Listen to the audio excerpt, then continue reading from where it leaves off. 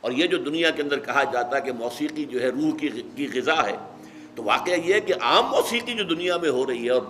بد نصیب جو اس وقت کا دور ہے، یہ پاپ میوزک جو ہے، یہ تو سوائے انسان کے جو سفلی جذبات ہیں ان کو حرکت میں لانے کے اس کا کوئی کام نہیں۔ پرانے زمانے کے لیے ایک موسیقی ایک ہوتی تھی جو سنجیدہ ہوتی تھی، اس میں یقیناً یہ ہے ایک بڑا فرق میں آپ کو بتاتا ہوں۔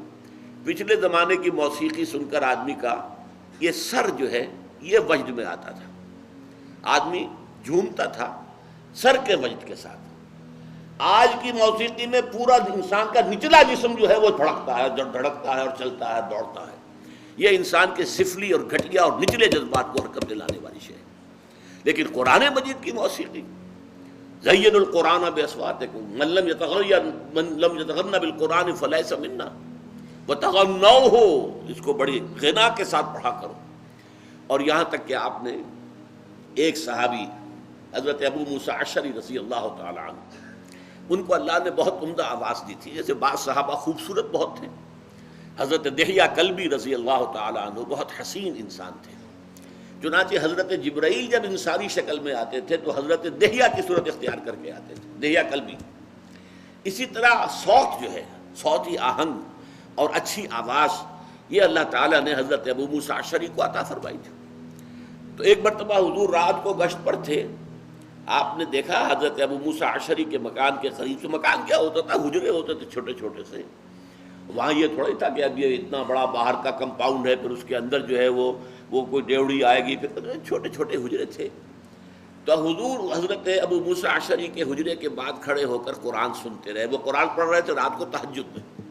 اور جس کیفیت کے ساتھ پڑھ رہے تھے تو حضور کافی دیر تک کھڑے ہو کر سنتے رہے۔ پھر اگلی صبح فجر میں جب ملاقات ہوئی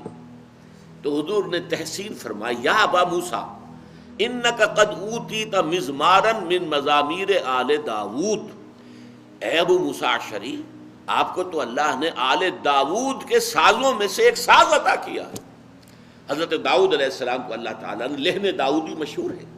بہت اچھی آواز، حسین آواز دی تھی۔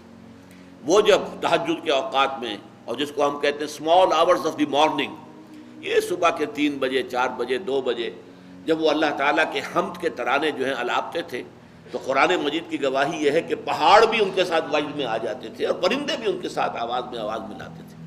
یہ تاثیر تھی لہن داؤدی کی حضرت داؤد علیہ السلام کے پڑھنے میں۔ تو حضور نے فرمایا جیسے اللہ تعالیٰ نے حضرت داؤد کے گلے میں ایک ساز رکھ دیا تھا، وہ ساز کوئی باہر کا ساز نہیں ہے بلکہ وہ گلے کے اندر ساز ہے جو اللہ تعالیٰ نے بہترین آواز دی ہے، خوبصورت آواز دی ہے، ایک غنا والی جو ہے غنائی آواز دی ہے۔